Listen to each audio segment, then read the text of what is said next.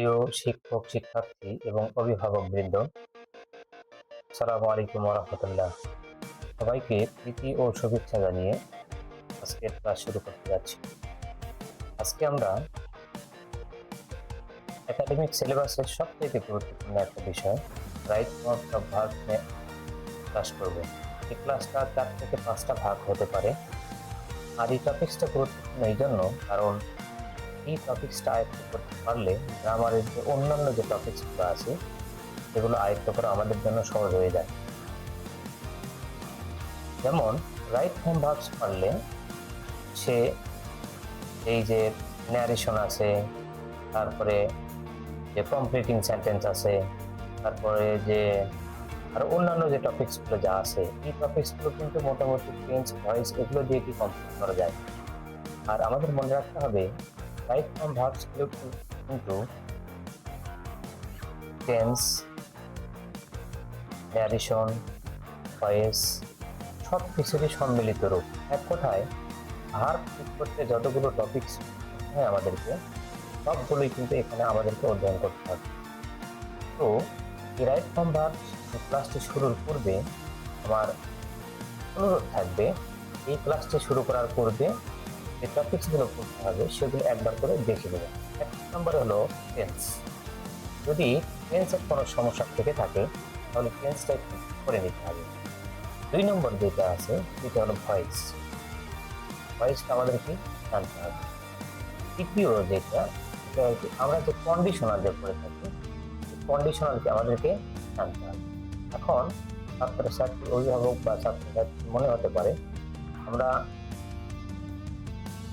Narration বা right form verbs করার শুরুর আগে আমরা এগুলো কেন শিখব?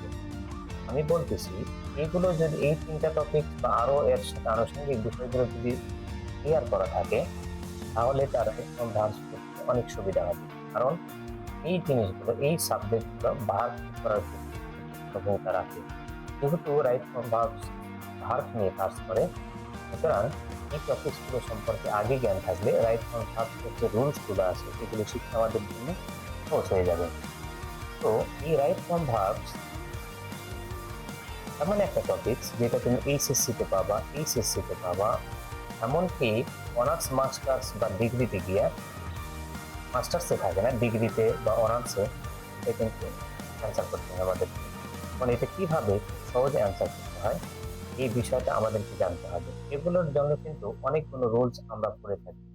এগুলোর জন্য কিন্তু আসলে অনেকগুলো রুলস করতে হয় না। বাছাইকৃত কিছু রুলস করলেই দেখা যাচ্ছে প্রত্যেকবার পরীক্ষাতে ওগুলোই কিন্তু রিপিট হচ্ছে। এবং যে রিপিট হচ্ছে এগুলো রুলস নিয়ে আমি আমার ক্লাসগুলো সাজাইছি। মোটামুটি 25টা রুলস থাকবে। আশা করি এই 25টা রুলসের ভিতরেই তুমি কি কমন পেয়ে যাবা।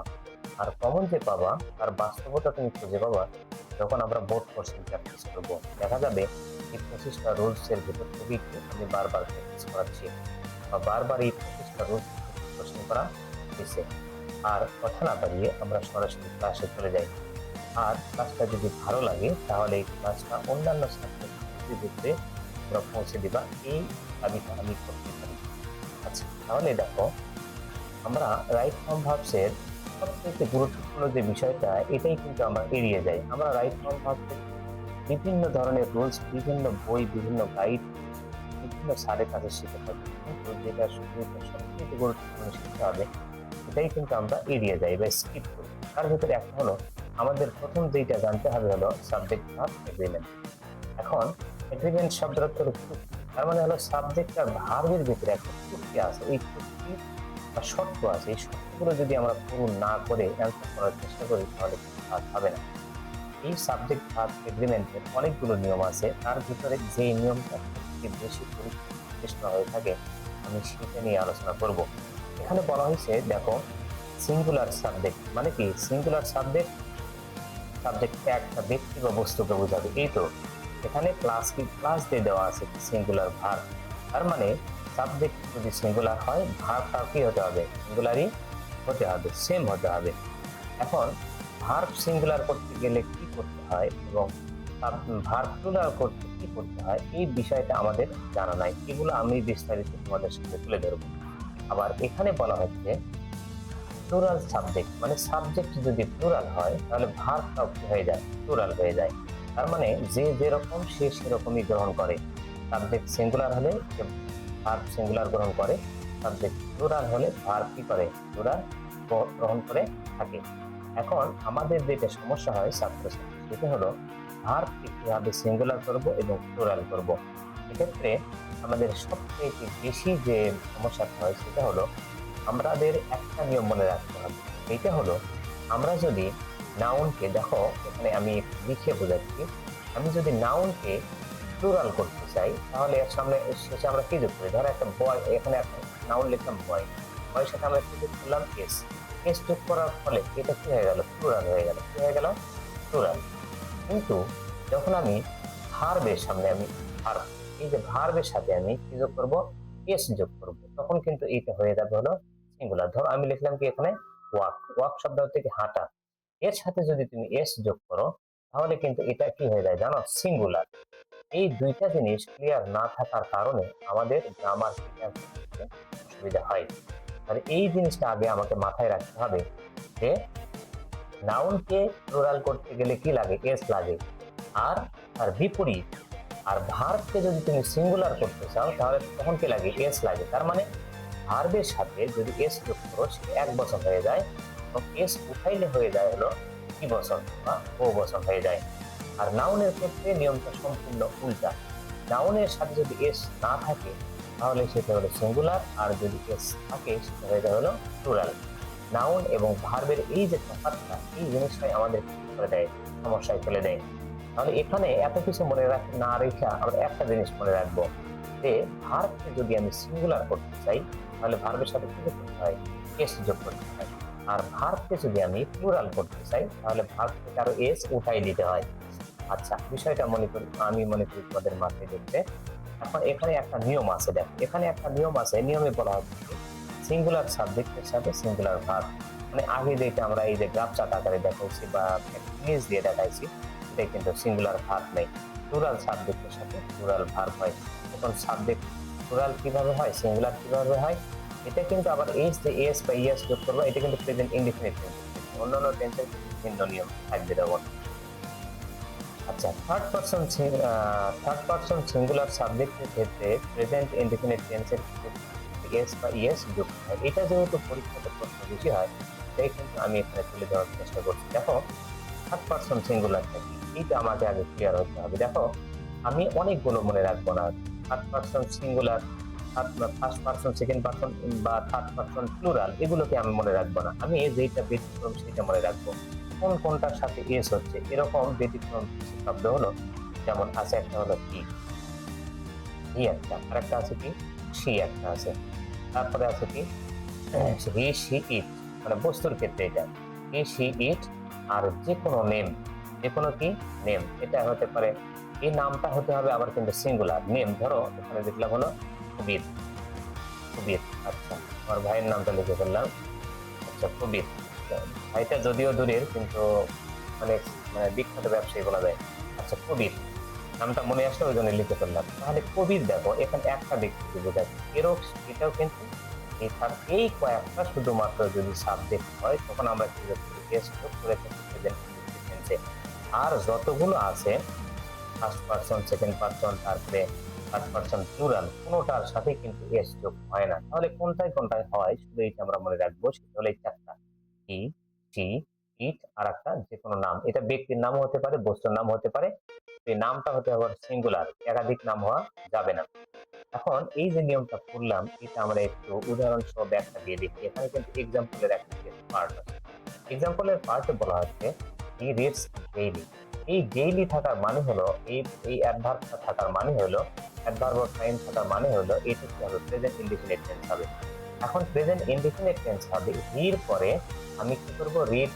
ধরো এটা প্রতীক একটা ভার্ব দিয়ে রাখছি, এখানে তো অন্য ভার্ব থাকবে।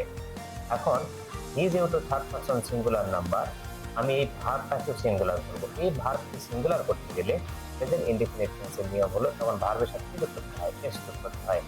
আমাদের ভেতরে একটা কমন সেন্স থাকে, যেহেতু নাউনের সাথে এস যোগ করলে প্লুরাল হয়, ভার্বের সাথে এস যোগ করলে মনে হয় প্লুরাল হয়। এটা কিন্তু সম্পূর্ণ ভুল ধারণা। তাহলে এটা একজন বোঝানোর কারণে ভার্ব দ্বারা একজনকে বোঝানোর জন্য আমি এখানে কি করলাম, ভার্বের সাথে এস যোগ করলাম। আমরা এটা বলে থাকি যে থার্ড পারসন সিঙ্গুলার নাম্বার। তোমার যদি থার্ড পারসন সিঙ্গুলার নাম্বার সমস্যা হয়, তাহলে এই যে চারটা শব্দ দেওয়া আছে, এই চারটা মনে রাখবে, এই চারটাই যথেষ্ট। আচ্ছা, এই চারটাই। তারপরে দেখো এখানে আবার বলা হচ্ছে যে রিচ গেইলি। দেখো এখানে ভি ছিল, এখানে কি ছিল, ভি ছিল, এখানে শুধু নিয়ে আসলেন গে। ভি প্লাস ভি সমান সমান হয়ে যায় কি গে, ভি প্লাস ভি সমান সমান কি হয়ে যায় গে। তার মানে কি, ভি একাধিক থাকা মানে বা একাধিক ব্যক্তি থাকা মানে সেটা কি হয়, কে হয়। এখন যে হলো প্লুরাল নাম্বার, আমরা নিয়মে শিখছি ভার্ব তাহলে কি করতে হবে, প্লুরাল করতে হবে। এখন আমাদের ভিতরে বদ্ধমূল ধারণা হলো ভার্বের সাথে এস দিলে মনে হয় প্লুরাল হয়, মনে রাখতে হবে না, ভার্বের সাথে এস দিলে সিঙ্গুলার হয়, তার থেকে আমরা আগেই করে আসছি। তাহলে এখানে যদি এস দেওয়াও থাকে, এখান থেকে আমরা এস উঠাতে হবে, ভার্বকে প্লুরাল করার জন্য এখান থেকে এস উঠাই দিতে হবে। দেখো এখানে কিন্তু এস নাই, এখানে এস আছে, এখানে কিন্তু এস নাই, এটা মনে রাখতে হবে। তারপর আবার দেখো একটা পরীক্ষাতে বেশি যে শব্দগুলো দ্বারা কোশ্চেন হয়ে থাকে তার ভিতরে ইনডিফিনিট প্রোনাউন যেগুলো, দেখো everybody wants to be love. Everybody শব্দটা দেখতে মনে হয় যে এটা মনে হয় প্লুরাল, কিন্তু মনে রাখতে হবে এভরিবডি প্রত্যেক ব্যক্তি মানে একটা একটা করে বোঝাচ্ছে। তাহলে এই এভরি আর ইজ প্লাস যদি প্রোনাউন থাকে তখন এটা কি হয়, সিঙ্গুলার হয়। এটা যখন সিঙ্গুলার তখন ভার্বটাকে আমরা করতে হবে, প্রেজেন্ট ইনডিফিনিট টেন্সে করতে গেলে সিঙ্গুলার করতে হবে। তাহলে আমি ভার্বের সাথে কি দেবো, বেস দেবো। আশা করি বিষয়টা তোমরা বুঝতে পারছো। এখানে আরেকটা জিনিস ক্লিয়ার করা হয়েছে, দেখো এসএসসি স্পেশাল টিপসে বলা হচ্ছে ইনডিফিনিট প্রোনাউন্স, যেমন ইনডিফিনিট প্রোনাউনের ভিতরে everybody, nobody, somebody, anyone, everyone, এই শব্দগুলো দেখতে প্লুরাল হইলেও মানে আমাদের মানসিকভাবে মনে হতে পারে এভরিবডি মানে অনেক, প্রত্যেকেই অনেক, এগুলোকে মনে রাখতে হবে এগুলো সিঙ্গুলার। আর এগুলো যেহেতু সিঙ্গুলার সুতরাং ভাগটাও কি হবে, সিঙ্গুলার হবে। যে আবার কিছু শব্দ আছে দেখতে মানে সিঙ্গুলার কিন্তু আসলে এগুলো প্লুরাল। কেউ শব্দটা থেকে কতিপয় বা কয়েক, এখন কতিপয় তো আর একটা দিয়ে হয় না, ওয়ান প্লাস দেওয়া হয়, সুতরাং এটা কি প্লুরাল। এগুলো সাবজেক্ট হবে তখন কি হবে, প্লুরাল হবে, সেভারেল বোথ, এগুলো কি হয়, প্লুরাল হয়। তাহলে দেখো এখানে এই নিয়মগুলো তোমাদের বুঝতে সমস্যা হলে ভিডিও এডিট এডিট করে একটু বুঝে নিবা, খুব ভালো করে বোঝা রাখবে। কারণ একটা পড়া তো আর প্রত্যেকদিন পড়ার সময় হয় না, ভালো করে একটা বিষয় সুন্দরভাবে আমিও বোঝানোর চেষ্টা করলাম যাতে তোমরা দেখতে ভালো করে বুঝতে পারো। আচ্ছা, আমরা পরের স্লাইডে চলে যাই। পরের স্লাইডটা মূলত উদাহরণ দিয়ে লেখা, উদাহরণ নিয়ে লেখা। এখন দেখো এই এই স্লাইডে অধিকাংশ সময় দেখা যাচ্ছে এসএসসি দের জন্য এটা প্রযোজ্য। আসলে এটা এসএসসি এসএসসি বেস্ট করা হয়েছে, এটা বলা যেতে পারে, বেস্ট করা হয়েছে, কিন্তু এটা কিন্তু এইচএসসি, দাখিল, আলিম, এমনকি অনার্স ডিগ্রি তারাও কিন্তু এই ক্লাসটা দেখতে পারে। দেখো প্র্যাকটিস, প্রত্যেকটা রুলস এর পর আমরা এভাবে একটা স্লাইড প্র্যাকটিস করব। কেননা একটা রুলস যদি করার পর প্রচুর পরিমাণে প্র্যাকটিস করা হয় তাহলে কিন্তু এটা মাথার ভিতরে সেট হয়ে যায়। আর সেট করার জন্যই আমি এভাবে একটা রুলস এর পরে একটা করে স্লাইড দিচ্ছি। যেহেতু আমার রুলস কম, কম রুলস বাছাই করছি আমি, সুতরাং এগুলোকে আমি বিস্তারিত বা ভালোভাবে করার চেষ্টা করব। দেখো my father dash school teacher, school teacher, এখানে বি ভার্ব দেওয়া হয়েছে, এখানে কিন্তু প্রিন্সিপাল ভার্ব দেওয়া হয় নাই। এখন অনেকেই করে কি এই বির সাথে এস লাগাই, এখানে এটা একটা ভুল, মনে রাখতে হবে বি বলতে কি বোঝায়, বি বলতে বোঝায় হলো am, is, are, was, were, এগুলা। আর যদি এখানে প্রিন্সিপাল ভার্ব থাকে যেমন ওয়াজ, তারপরে অন্য মানে এই বাক্যটা চেঞ্জ করে যদি এখানে অন্য কোনো ভার্ব থাকতো তাহলে কিন্তু ওটার সাথে আমরা কিন্তু ইয়েস লাগাইতে পারতাম। যেহেতু এখানে মাই ফাদার, মাই ফাদার বলতে একজনকেই বোঝায়, সুতরাং এখানে যদি প্রেজেন্ট ইনডিফিনিট টেন্স হিসেবে নেই, প্রেজেন্ট ইনডিফিনিট টেন্সেই নিতে হবে, কারণ এটা চিরসত্য বাক্যর মতো। সুতরাং এখানে আমাদের কি দিতে হবে, ইজ দিতে হবে। আবার যদি কেউ মনে করে আমার বাবা স্কুল টিচার ছিল, তাহলে সেই কি দিতে পারবে, ওয়াজ দিতে পারবে। দেখো এখানে আমরা যে রুলসটা করে এলাম এখানে কিন্তু পুরোপুরি তার প্রতিফলন করছে। এই মাই ফাদার এটা কিন্তু একজনকে বোঝাচ্ছে বা সিঙ্গুলার, সুতরাং এখানে ভার্বটাও আমাদের কি সিঙ্গুলার, ইজ কিন্তু সিঙ্গুলার, ওয়াজও কিন্তু সিঙ্গুলার, এটা মনে রাখতে হবে। তারপর দেখো, তারপর বলা হচ্ছে হি go to school at 9 p.m. every day, প্রত্যেকদিন সে সকাল 9টায় স্কুলে যায়। এই যে এভরিডে থাকতো এটা কিন্তু প্রেজেন্ট ইনডিফিনিট টেন্স চেনার একটা অ্যাডভার্ব অফ টাইম এটাকে বলা হয়। যেহেতু এভরিডে আছে, দৈনন্দিন একটা কাজ করা বোঝালে এই বাক্যটা টেন্স হয় প্রেজেন্ট ইনডিফিনিট টেন্স। এখন প্রেজেন্ট ইনডিফিনিট টেন্স যখন হবে তখন আবার মাথায় থাকতে হবে এই সাবজেক্ট কি পজিশনে আছে। সাবজেক্টের পজিশন হলো সিঙ্গুলার, এবং আমরা এই যে থার্ড পারসন সিঙ্গুলার মনে রাখার যে চারটা শব্দ দিয়েছিলাম তার ভিতরে একটি একটা প্রোনাউন। সুতরাং এটা যেহেতু সিঙ্গুলার, এই ভার্বটাকে যদি তুমি সিঙ্গুলার করতে চাও তাহলে এই ভার্বের সাথে কি যোগ করতে হবে, এস যোগ করতে হবে বা ইএস যোগ করতে হবে। এখন ওখানে আমরা ওয়াকের সাথে কি যোগ করলাম, এই যে ওয়াকের সাথে আমরা এস যোগ করছিলাম, এখানে আবার ইএস যোগ করলাম। এটা কেন? এটার একটা সঠিক সমাধান আমি দিয়ে দিই সক্রিয় করে। দেখো, তুমি যখন ভার্ব গুলো এইভাবে দেখবা দেখবা যে ভার্বের শেষে ভাওয়েল আছে কিনা। দেখো গো, জি ও গো, এই ওটা কিন্তু ভাওয়েল। যখন ভাওয়েল থাকবে তখন ইএস লাগাবো, আর যখন কনসোনেন্ট থাকবে, যেমন এখানে কে আছে শেষে, এখানে কে থাকার কারণে এখানে কি হয়েছে, একে সিঙ্গুলার করার জন্য আমরা এস নিয়ে আসছি, কিন্তু এই গো কে আবার সিঙ্গুলার করার জন্য আমরা ইএস নিয়ে আসছি। মনে থাকবে তো তোমাদের আসলে। আচ্ছা, স্কুল আচ্ছা, the students of his class. এখানে দেখো এই বড় সাবজেক্ট থাকলে আমাদের মাথার ভিতর চিন্তার ছাপ করে, মাথার কপালে চিন্তার ছাপ করে। এখানে দেখো স্টুডেন্টস, এটা একটা নাউন, এটা একটা নাউন, আবার অফ হিজ ক্লাস, এটা একটা নাউন। এখন মাথার ভিতর আসে এই সাবজেক্ট নিব না এই সাবজেক্ট হেড ওয়ার্ড হিসেবে নিব। এখানে যে ভার্বটা বসাবো এই ভার্বটা আমি কোন সাবজেক্ট অনুসারে নিব। এখানে মনে রাখতে হবে, যদি ভার্ব একাধিক হয়, আমাদের অনেকেরই ভুল ধারণা হলো এই ক্যাপের কাছের যে সাবজেক্টটা বা নাউনটা আছে এইটা অনুসারে আমাদের কি হয়, এখানে ভার্ব বসাতে হয়। আসলে এটা কিন্তু ভুল ধারণা। মনে রাখতে হবে হেডওয়ার্ড বা সাবজেক্ট নির্বাচন করতে গেলে আমাদের কিছু ট্রিক্স অবলম্বন করতে হয়। তার ভিতরে একটা হলো, এই যে তুমি দা এবং অফের মাঝে, এই দেখো অফ আছে, এই যে দা এবং অফের মাঝে যে নাউনটা আছে এটাই হলো এখানকার হেডওয়ার্ড। এখন হেডওয়ার্ডই হলো সাবজেক্ট। এখন এটা হলো সিঙ্গুলার, এটা হলো কি প্লুরাল, আর এটা হলো কি সিঙ্গুলার। কেউ যদি এটা দিয়ে অ্যান্সার করে তাহলে কিন্তু এটা আর অ্যান্সার কি হবে না, কারণ এটা তো হেডওয়ার্ড না। হেডওয়ার্ড থাকে হলো আর্টিকেল এবং এই অফ প্রিপজিশনের মাঝখানে, এইটা প্লুরাল, এটা অনুসারে দিতে হবে। The students of his class him very much. ধরো এখানে আমি দিব লাইক শব্দটা ব্যবহার করব, লাইক শব্দটা ব্যবহার করবো। এখন লাইক শব্দটা, এখন আমি এই শব্দ অনুসারে যদি লিখি, এটা কিন্তু সিঙ্গুলার, সুতরাং এই ভার্বকে সিঙ্গুলার করতে আমার কিসের দরকার ছিল, এস দরকার ছিল, কিন্তু এখানে এস কি কখনোই হবে না। কেন হবে না? কারণ এই বাক্যের হেডওয়ার্ড বা সাবজেক্ট আছে আর্টিকেল এবং প্রিপজিশনের মাঝখানে। স্টুডেন্টস, যেহেতু এখানে প্লুরাল, সুতরাং এখানে এই যে লাইকটাকে প্লুরাল করতে হলে এর সাথে আর এস দেওয়া যাবে না, অথবা অন্য কোনো ভার্ব দিয়েও এখানে তুমি অ্যান্সার করতে পারো। আচ্ছা, আশা করি বুঝতে পারছো। Everybody in the school respect him. Everybody in the school, আমরা এই স্লাইডের শুরুতেই দেখে আসছি যে এভরিবডি যদি কোনো বাক্যের সাবজেক্ট হিসেবে বসে সেটা সিঙ্গুলার হিসেবে নিতে হয়, এবং সিঙ্গুলার হওয়া মানে হলো ভার্বকে সিঙ্গুলার করতে হলে ভার্বের সাথে কি দিতে হবে, এস দিতে হবে। কি দিতে হবে? এস। রেসপেক্টের সাথে এস দিলে কিন্তু কাজ হয়ে গেল, যে রেসপেক্ট কি সিটি, রেসপেক্টের আমরা কি দেবো, এই এস, বাস আমাদের কাজ শেষ। আশা করি বিষয়টা বুঝতে পারছি। দ্বিতীয়ত বলা হচ্ছে মাই মাদার অ্যান্ড আই। এখানে দেখো, এখানে কিন্তু মাই মাদার সিঙ্গুলার, একজনকে বোঝাচ্ছে, প্লাস দিয়ে অ্যান্ড মানে প্লাস ধরে নেবো, আই বলতে আরেকজনের বোঝাচ্ছে। যেমন কথা হলো দুইজন, তার মানে এটা কি প্লুরাল, দুইজন, দুইটা সাবজেক্ট মানে হলো কি এখানে প্লুরাল নাম্বার। এখন প্লুরাল নাম্বারের বির ভিতরে, বি ভার্বের ভিতরে প্লুরাল কোনটা, অ্যামিজারের ভিতরে হলো আর প্লুরাল, আর ওয়াজারের ভিতরে কি ওয়ার প্লুরাল। তাহলে এখানে আমার কি দিতে হবে, ওয়ার অথবা দিতে হবে আর দিতে হবে। তুমি যে টেন্স বোঝাতে চাও সেটা দিতে হবে। তাহলে আমরা এটা কেন দিলাম, কারণ এই সাবজেক্ট প্লুরাল আছে, সুতরাং ভার্ব আমার কি করা লাগবে, বি ভার্ব প্লুরাল করতে হবে, এই কারণেই কিন্তু এটা দেওয়া হয়েছে। আচ্ছা, আমরা পরের স্লাইডে চলে যাই। পরের স্লাইডে বলা হচ্ছে যে এই রুলসগুলো কিন্তু বাছাইকৃত, মনে রাখতে হবে, খুব ভালো করে দেখো।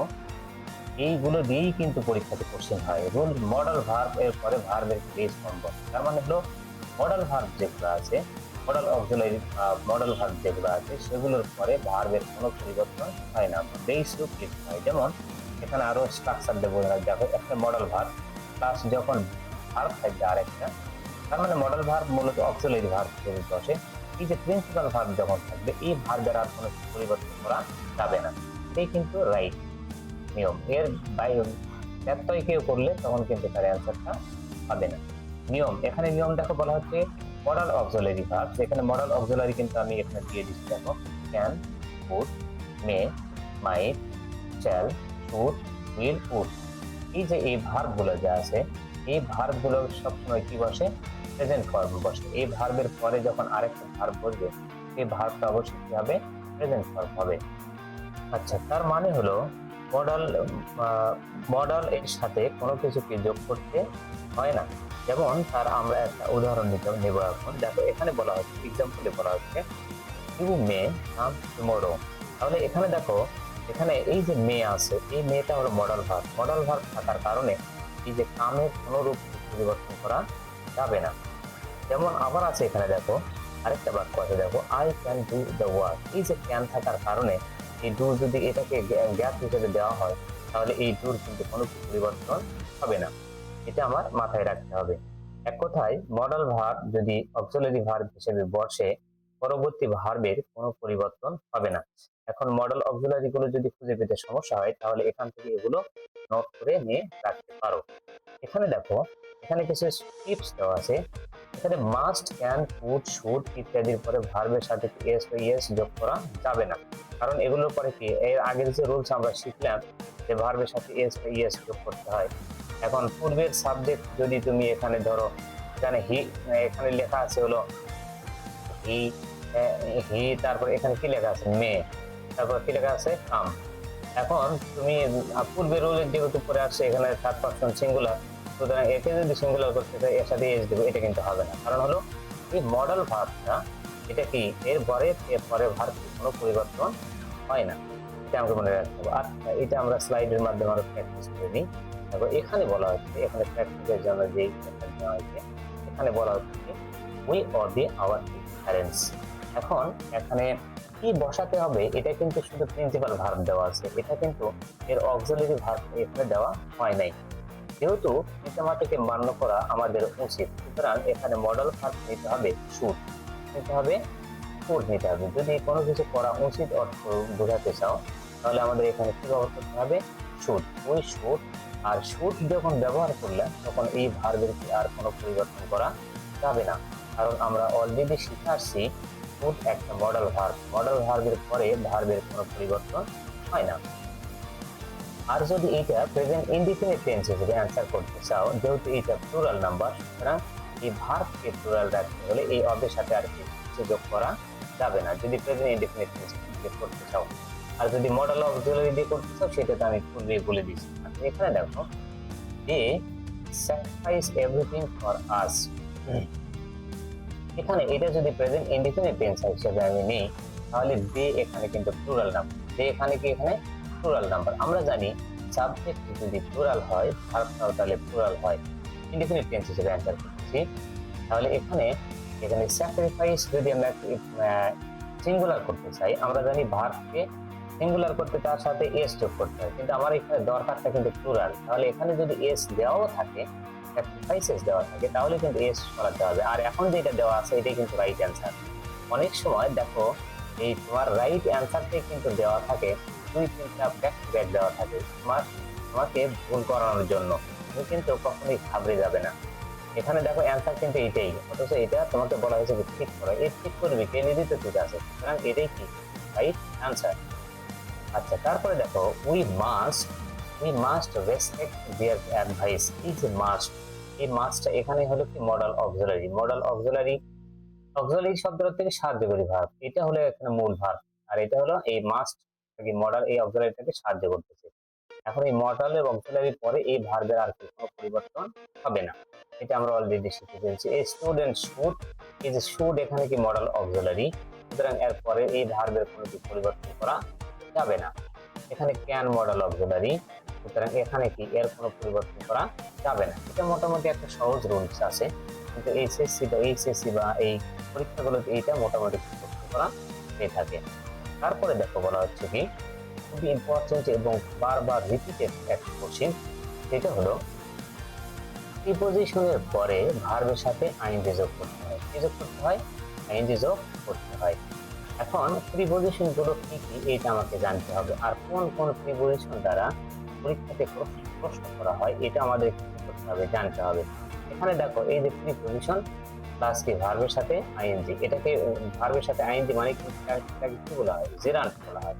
আচ্ছা, তাহলে বুঝতে পারছো বিষয়টা। দেখো নিয়ম এখানে কি বলতেছে, নিয়ম বলতেছে কোন প্রিপজিশনে এর যেমন of, for, by, without, with, due to etcetera. এখন এখানে একটা ব্যতিক্রম প্রিপজিশন আছে, সেটা হলো টু। টুর পরে কিন্তু ভার্বের কোনো কি পরিবর্তন হয় না, ভার্বের কি বেস ফর্ম বসে, বেস বেস ফর্ম বসে। এখন গুটি কয়েক শব্দ ছাড়া আবার আর কয়েকটা ফ্রেজ আছে যেগুলোর পরে আবার টু থাকলে, যেগুলো শেষে টু থাকলে ভার্ব কিন্তু আইএনজি হয়ে যায়। সেরকম একটা হলো এই যে এখানে একটা উইথ এ ভিউ টু, এটা অ্যাপ্রোপ্রিয়েট প্রিপজিশন বা ফ্রেজ যে হিসেবে নামকরণ করো না কেন, এটার পরে কিন্তু ভার্ব কি হবে, আইএনজি হবে। এরকম কয়েকটা 5-7টা শব্দ আছে, এরকম এই শব্দগুলো ছাড়া যতগুলো টু আসবে এই টুর পরবর্তীতে কিন্তু ভার্বের কোনো পরিবর্তন হবে না। তাহলে এই যে আমরা নিয়ম শিখলাম প্রিপজিশনের পরে, প্রিপজিশনের পরে ভার্ব অবশ্যই আইএনজি হয়, এক্ষেত্রে কিন্তু টুটা ব্যতিক্রম, টুকে এক্সেপশনাল হিসেবে আমাদের মনে রাখতে হবে মাথায়, এর পরে ভার্বের পরিবর্তন হয় না কয়েকটা ফ্রেজ এবং অ্যাপ্রোপ্রিয়েট প্রিপজিশন ছাড়া, যেমন এখানে একটা দেওয়া আছে। আচ্ছা, তাহলে এইভাবে আমরা প্র্যাকটিস করে যাই, প্র্যাকটিস করে দেখো। এরপরে কি ভার্ব বসে এর সাথে কি করতে হয়, আইএনজি যোগ করতে হয়, একে জেরান্ট বলে, একে কি বলে, জেরান্ট বলে। আচ্ছা, এখন দেখো এক্সাম্পল নিব আমরা। এক্সাম্পলে বলা হচ্ছে children are fond of using mobile phones. এখন এখানে কিন্তু গ্যাপ দেওয়া থাকবে, এখন মূল ভার্ব দেওয়া থাকবে, ইউজ দেওয়া থাকবে, ইউজ দেওয়া থাকবে। এখন তোমার মনে রাখতে হবে ইউজ ভার্বের সামনে আছে হলো প্রিপজিশন অফ, আর টু ছাড়া যত প্রিপজিশন আছে তারপরে ভার্ব বসবে সেটার সাথে কি যোগ করতে হয়, আইএনজি যোগ করতে হয়। এবার বোর্ড খাতা এইচএসসি এর যতগুলো দেখলাম ছাত্রছাত্রী আজও জানে না যে শব্দের শেষে যদি ভাওয়েল থাকে এর সাথে যদি আইএনজি যোগ করতে চাই, এই ভাওয়েলটা আই হয়ে যায়, ইটা কি হয়ে যায়, আই হয়ে যায়, ওয়াই থাকলে সেটা কি হয়ে যায়, আই হয়ে যায়। এটাই আমি বোঝাতে পারিনি, ওরা এইভাবে লিখছে আনসার। দেখো ইউস লিখছে, এর সাথে আবার আইএনজি যোগ করছে, এটা কি রাইট হলো, এটা রাইট হলো না। মনে রাখতে হবে ইউএস, এই যে এটা ভাওয়েল, সুতরাং এটা কি হয়ে গেছে, আইএনজি হবে, কি হবে, আইএনজি, ইউজিং। আচ্ছা, এটা করা যাবে না। এখন এই গ্যাপ যে শুধু বাক্যের শেষে বা মাঝখানে থাকবে তা কিন্তু না, এটা কিন্তু বাক্যের প্রথমেও হতে পারে। যেমন বাই একটা প্রিপজিশন, বাই এর পরে এখানে রিড দেওয়া থাকবে ভার্ব, আমার মনে রাখতে হবে বাই এর পর বাই যেহেতু একটা প্রিপজিশন, এরপরে ভার্ব থাকলে সেই ভার্বটা কি হয়ে যায়, আইএনজি হয়ে যায়। এই জন্যই কিন্তু এখানে কি হয়েছে, আই হয়েছে, এবং এটাকে বলা হলো জিরান। আচ্ছা, এটা বাক্যের পরে কি লেখা আছে এটা আমাদের দেখার খুব একটা বিষয় না। আচ্ছা, কিছু ভার্ব আছে যেগুলোর সামনে টু থাকার পরেও সেগুলোর পরে কি হয়, আইএনজি যোগ করতে হয়। আমরা অলরেডি শিখে ফেলছি টুর পরে ভার্বের কোনো পরিবর্তন হয় না, কিন্তু কয়েকটা অ্যাপ্রোপ্রিয়েট প্রিপজিশন এবং ফ্রেজ আছে যেগুলোর পরে ভার্বের টুর পরে আইএনজি যোগ হয়। যেমন উইথ এ ভিউ টু, আরেকটা আছে কি লুক ফরওয়ার্ড, আরো এরকম কয়েকটা শব্দ আছে। তবে এই দুইটা দিয়ে সর্বোচ্চ প্রশ্ন হয়ে থাকে, এই জন্য আমি দুইটাকে এই স্লাইডের ভিতরে অন্তর্ভুক্ত করে দিয়েছি। এখন টু দ্বারা ঠিক থাকে এবং আইএনজি হয়, এই ধরনের আমরা দুইটা বাক্য এখানে প্র্যাকটিস করব। দেখো এখানে লিখলাম হি ওয়েন্ট টু, ওয়েন্ট এখানে দিলাম হলো বাই, বাই এ বুক, সে একটা বই কিনতে গেল। এখন দেখো এখানে কিন্তু টুর পরে কি আছে, বাই আছে, আমরা জানি এই টুর পরে ভার্বের কোনো পরিবর্তন হবে না, তাহলে এখানে বাইটা কি থাকবে, বাই হবে। কিন্তু এর একটা নিয়ে আসি, দেখো এখানে একটা বাক্য লিখি, হি ওয়েন্ট, ওই ওরকমই একটা বাক্য লিখি, he went to market, market. আচ্ছা, উইথ এ ভিউ টু, তাই দেওয়া আছে না এখানে উইথ, আচ্ছা ওইটা দিয়ে লিখবো উইথ এ ভিউ টু, এখানে গ্যাপে দিলে হলো বাই, ইউ ওয়াই, বাই এ বুক। এখন কিন্তু এই ভার্বের সাথে কি হবে, এখানেও টু আসছে, কিন্তু এই যে উইথ এ ভিউ টু এটা একটা ফ্রেজ বা অ্যাপ্লিকেশন, অ্যাপ্লিকেশন, এই টুর পরে কিন্তু অবশ্যই কি হয়, ভার্ব আইএনজি হয়। এই ফ্রেজ বা অ্যাপ্লিকেশন আমাদের মুখস্থ রাখতে হবে। এখানে আবার বাই এর সাথে কি হবে, আইএনজি, কি হবে। আমাদের একটা ব্যতিক্রম, এগুলো এক্সেপশনাল, এগুলো একটু কাউন্ট করে মনে রাখতে হবে। আর এই দুইটা এসএসসি এর জন্য যথেষ্ট এবং এইচএসসি এর জন্য যথেষ্ট। আরো কিছু শব্দ আছে যেগুলো আমরা পাবো প্র্যাকটিস করার সময় ইনশাল্লাহ পেয়ে যাবো। দেখো তারপরে যেটা বলা হচ্ছে, প্র্যাকটিসে যেটা বলা হচ্ছে, we can improve our English by practising. এখানে দেখো গ্যাপের সামনে এখানে বাই আছে।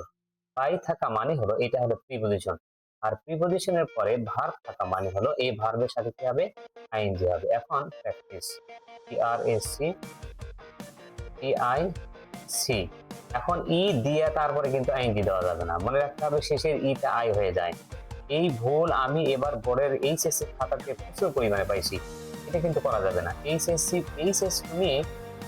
পরীক্ষার্থী 900 খাতা কাটলাম, তার ভিতরে দেখা যাচ্ছে এই অধিকাংশ কিন্তু এই ভুলটা করে থাকে, এটা কিন্তু করা যাবে না। তারপর দেখো the students are fond of watching television.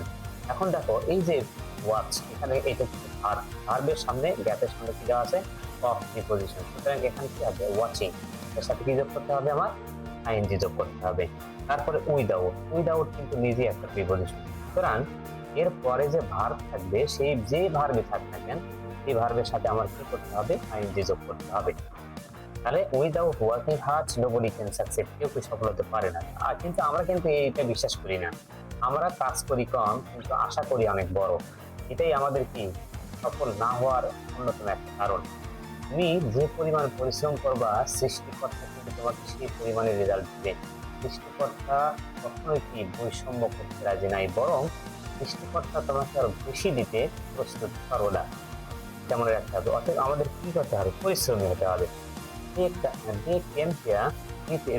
দেখো এখানে আবার টু আসছে, এই যে উইথ এ ভিউ টু আসছে, কিন্তু এই টু কিন্তু এখন আর ভার্বকে প্রেজেন্ট বা মূল রূপ থাকতে দেবে না, এটাও কি করবে, ভার্বের সাথে আইএনজি যোগ করবে, এটার সাথে তাহলে কি হবে, আইএনজি হবে।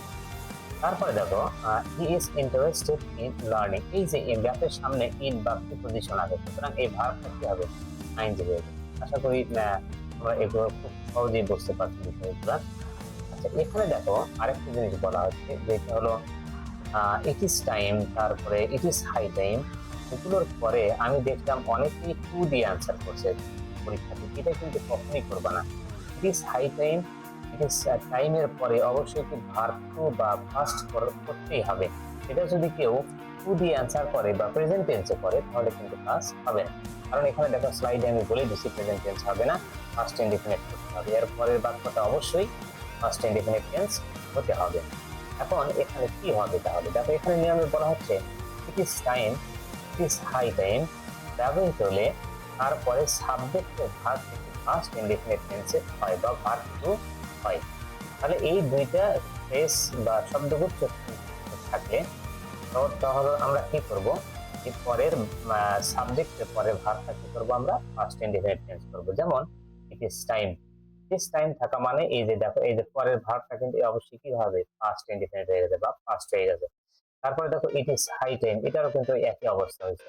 এগুলো কিন্তু খুব মনোযোগ দিয়ে মনে রাখতে হবে, এগুলোর পরে ভার্ব অবশ্যই কি করতে হবে, ফার্স্ট করতে হবে। এখানে আবার কিছু পণ্ডিত আছে, দেখো এখানে কি করবে, ইট ইজ টাইম টু প্লে, যদিও এটা কারেক্ট কিন্তু এই জন্য তো এটা দেওয়া হয় নাই, কমপ্লিটিং অনেকে এটা করে রাখছে, এটা করবা না, এটা করলে বাড়তি সমস্যা হয়। আচ্ছা এখন দেখো এটা এসএসসি স্পেশাল টিপস, এটার পরীক্ষাতে কিন্তু প্রায়ই আসে, এটা কিন্তু এখানে কিন্তু ভুল করে শিক্ষার্থীরা আবার কি করে, এই প্রেজেন্ট টেন্স এটা লিখে দিয়ে চলে আসে, তখনই কিন্তু আমরা নাম্বার দিতে পারি না, আমার আর কিছু করার থাকে না। তাহলে দেখো এখানে একটা স্লাইডে এখন এটা প্র্যাকটিস করে নেই, এখানে প্র্যাকটিস একটু বলা হচ্ছে, দেখো it is time, it is high time, এই তো দুইটার একটা থাকতেই হলো উই সেন্স, এর যে সেন্স কি আছে এর সাথে কিন্তু কি যোগ করবা, কি যোগ করবা। এখন উইক ভার্ব গুলো কিন্তু পাস্ট টেন্স বা পাস্ট পার্টিসিপল করা কিন্তু খুব সহজ। দেখো এখানে অক্ষর গুনে নিব 1 2 3 4 5 6, 6 বা তার অধিক হলে শুধু ইডি অথবা ডি যোগ করলে কিন্তু কাজ হয়ে যায়, যেহেতু এখানে ডি আছে এবং এখানে শুধু আমরা কি যোগ করবো, ডি যোগ করবো। তাহলে it is high time we changed our bad habits. আচ্ছা তারপরে দেখো it is time the government, এখন টেক এর পাস্ট লিখতে হবে, কারণ কেন লিখবো আমি, এর কারণটা হলো ইট ইজ টাইম প্রথমে আসে, সুতরাং এখানে ভার্বটা আমাকে কি করতে হবে, পাস্ট করতেই হবে।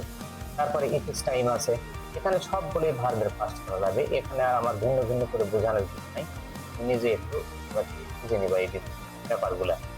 তারপরে দেখো বলা হচ্ছে যে সিন্স বা ফর থাকলে পারফেক্ট টেন্স বসে, মানে বাক্যের ভেতরে যদি সিন্স অথবা কি থাকে, ফর থাকে, সেটা কি পারফেক্ট টেন্স হয়। এবং কোন পারফেক্ট হবে এটা আমরা এখানে বিস্তারিত আলোচনা করব। এখানে বলা হচ্ছে, নিয়মিত বলা হচ্ছে সিন্স এটা কি করে, এই সিন্স আর ফরের ভিতরে আমরা পার্থক্য বুঝতে পারি না। সিন্স হলো নির্দিষ্ট সময়কে বোঝায়, আর ফর শুধু সময়কালকে বোঝায়। থাকলে প্রেজেন্ট পারফেক্ট কন্টিনিউয়াস টেন্স হয়। তার মানে প্রেজেন্ট কন্টিনিউয়াস আর প্রেজেন্ট পারফেক্ট কন্টিনিউয়াস এর ভিতরে পার্থক্য হলো একটাই, এটা হলো প্রেজেন্ট কন্টিনিউয়াস টেন্সে কোনো সময়ের উল্লেখ থাকবে না, কিন্তু প্রেজেন্ট পারফেক্ট কন্টিনিউয়াস টেন্সে এই সিন্স এবং ফরের পরে থাকবে অবশ্যই টাইম বা সময় উল্লেখ থাকবে। এটাই হলো আর পার্থক্য। টেন্স সম্পর্কিত আরো বিস্তারিত জানতে আমার টেন্স সম্পর্কিত ভিডিওটা তোমরা দেখতে পারো।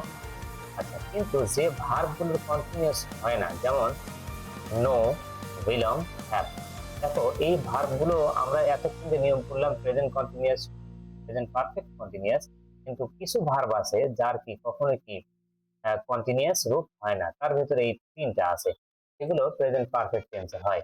যেহেতু এগুলোর প্রেজেন্ট পারফেক্ট কন্টিনিউয়াস টেন্স হয় না, সুতরাং এগুলোর কোন টেন্স হয়, প্রেজেন্ট পারফেক্ট টেন্স হয়। আচ্ছা, এটা কিন্তু একটা ব্যতিক্রম কথা, আমাদেরকে মনে রাখতে হবে। যদি বাক্যের ভিতরে সময় দেওয়া থাকে এবং নো ভার্ব দেওয়া থাকে বা বিলং দেওয়া থাকে অথবা হ্যাভ ভার্ব দেওয়া থাকে, তখন কিন্তু সেখানে প্রেজেন্ট পারফেক্ট কন্টিনিউয়াস প্রয়োগ করা যাবে না। তখন আমাদের প্রয়োগ করতে হবে প্রেজেন্ট পারফেক্ট টেন্স এবং ওই ফর এবং সিন্স দিয়ে সময় টিকে দিতে হবে। আবার এখানে এক্সাম্পল হিসেবে দেওয়া হয়েছে, দেখো we have known each other, আমরা তাকে জেনে এসেছি তাকে সিন্স 1993 সাল থেকে। দেখো এখানে নোন আসার কারণে, এখানে নো শব্দটা আসার কারণে, এটা এখানে কিন্তু সিন্সের পরে কিন্তু সময় উল্লেখ আছে। অনেকেই ভুল ধরবে যে সিন্সের পরে টাইম আছে, এটা প্রেজেন্ট পারফেক্ট কন্টিনিউয়াস টেন্স কেন করলেন, তখন তোমার অ্যান্সার দিতে হবে যে নো, বিলং এবং হ্যাভের পরে হ্যাভের বাক্যটা প্রেজেন্ট পারফেক্ট কন্টিনিউয়াস টেন্স হতে পারে না, কিন্তু অন্যগুলো হতে পারে। যেমন এখানে একটা ভার্ব আছে, দেখো রিডিং, এখানে রিডিং দিয়ে করে ফেলা হয়েছে, তাহলে he has been reading for hours, নির্দিষ্ট সময় বা ঘন্টা বোঝাতে আমরা ফর ব্যবহার করি। আর যে সময়টা শুরু কখন থেকে হয়েছে এটা বোঝা যাচ্ছে না, তখন আমরা কি করি, এটা সিন্সটা ব্যবহার করে থাকি। আর স্পেশাল কেস দেখো, সিন্সের পরে নির্দিষ্ট সময়, যেমন 1990, এটা কিন্তু একটা নির্দিষ্ট সময়, মন্ডে নির্দিষ্ট সময়, মর্নিং নির্দিষ্ট সময় বলে, কিন্তু পরের পরে 2 আওয়ার্স, এই 2 আওয়ার্সটা কখন এটা কিন্তু উল্লেখ নাই। আমি মনে হয় একবার একটু ভুল বলে ফেলছি, নিবা এটা 5 ইয়ার্স, এই কোন 5 ইয়ার্স এটা কিন্তু নির্দিষ্ট না, লং টাইম এটা কিন্তু নির্দিষ্ট না, সুতরাং এগুলোর পরে কি বলবে, ফর বলবে। আচ্ছা, আমরা প্র্যাকটিস শিটে গিয়ে আরো ভালো করে দেখি। দেখো এখানে বলা হচ্ছে I live in Dhaka since কি 2010। এখানে দেখো সিন্স সময় বোঝাচ্ছে এবং এটা একটা ভার্ব দেওয়া আছে, তাহলে যেহেতু সময় বোঝাচ্ছে, তাহলে আমাদের একটা প্রেজেন্ট পারফেক্ট কন্টিনিউয়াস টেন্স করতে হবে। তাহলে I have been, present perfect tense কখন, হ্যাভ তারপরে কি হয়, বিন হয়। আর ভার্বের সাথে যেহেতু কন্টিনিউয়াস টেন্স, লিভের সাথে কি হবে, লিভিং হবে। প্রেজেন্ট পারফেক্ট কন্টিনিউয়াস টেন্সের যেটা গঠন, সেই হিসাবে এখানে কি করতে হবে, তোমাকে ঠিক করতে হবে। তারপরে দেখো my father work in this company for 20 years. তাহলে দেখো এখানেও কিন্তু এই যে ফর এবং সিন্সের পরে, ফরের পরে কি হচ্ছে, সময়ের উল্লেখ আছে, টাইমের উল্লেখ, তার মানে এটা প্রেজেন্ট পারফেক্ট কন্টিনিউয়াস টেন্স হবে। এবং এই তিনটার ভিতরে যদি থাকে তখন কিন্তু প্রেজেন্ট পারফেক্ট করতে হবে, এখন প্রেজেন্ট পারফেক্ট কন্টিনিউয়াস করতে হবে। তাহলে মাই ফাদার এখানে কি has been working, has been, তারপর কি দেবো, ওয়ার্কের সাথে কি করে দেবো, এই যে আইএনজি করে দেবো, অ্যান্সার কিন্তু শেষ। তারপর দেখো বলা হচ্ছে হি নো, এবার কিন্তু নো আসছে। নো থাকলে আমরা কি জানি, নো থাকলে সেই বাক্যটাকে প্রেজেন্ট পারফেক্ট কন্টিনিউয়াস টেন্সে করা যায় না, যদিও সেন্সের পরে কি সময় উল্লেখ থাকে। নো, বিলং, আর একটা কি জানি শব্দ, এটা ভুলে গেলাম, এই দুইটা থাকলে হ্যাভ, নো, বিলং এবং হ্যাভ, এই তিনটা থাকলে কি প্রেজেন্ট পারফেক্ট কন্টিনিউয়াস টেন্সে হতে পারে না। তাহলে এখানে কি হবে, হি হ্যাজ কি নন, এন ও ডাব্লিউ সাথে কি ডাব্লিউ পরে একটা বসে দেবো, he has known me since কি হ্যাজ নন এখানে টু বসবে, কিন্তু ননের পরে সবসময় টু বসবে। Known to me since my childhood. এখানে আবার কিন্তু এখানে আইএনজি তুমি হ্যাভ বিন আইএনজি করতে পারবে এখানে, যেহেতু এখানে ওয়েট ভার্ব আছে, হ্যাভ বিন ওয়েটিং এখানে দিতে পারবা। এখানেও দিতে পারবা, স্টাডি আছে যেহেতু এখানেও কি দেওয়া যাবে। এভাবে একের পর এক বিশ্লেষণ করে আমরা ভিডিওগুলো দেখে নেব। দেখো এখানে 6 নম্বরে যেটা বলা হচ্ছে, আচ্ছা 6 নম্বরটা আজকের এই ক্লাসটা দীর্ঘ হয়ে গেছে, আজকের ক্লাসটা এই পর্যন্তই রাখতেছি। আর তোমরা বাসায় এই ভিডিওগুলো বারবার দেখবা। যারা অভিভাবক বা শিক্ষক আছেন তারা ভিডিওগুলো এবং ছাত্রছাত্রী যারা আছেন এই ভিডিওগুলো সবার মাঝে যারা শিক্ষার্থী তাদের বিলি করে দিবেন বা পৌঁছে দিবেন, এই আশাকে আমি রেখে আজকের ক্লাস এখানে শেষ করছি। সবাইকে এই ক্লাসটা এতক্ষণ দেখার জন্য ধন্যবাদ। আমার চ্যানেলটা সাবস্ক্রাইব করার জন্য সবাই প্রতি অনুরোধ রেখে আজকের ক্লাস এখানে শেষ করছি। আসসালামু আলাইকুম রহমতুল্লাহ।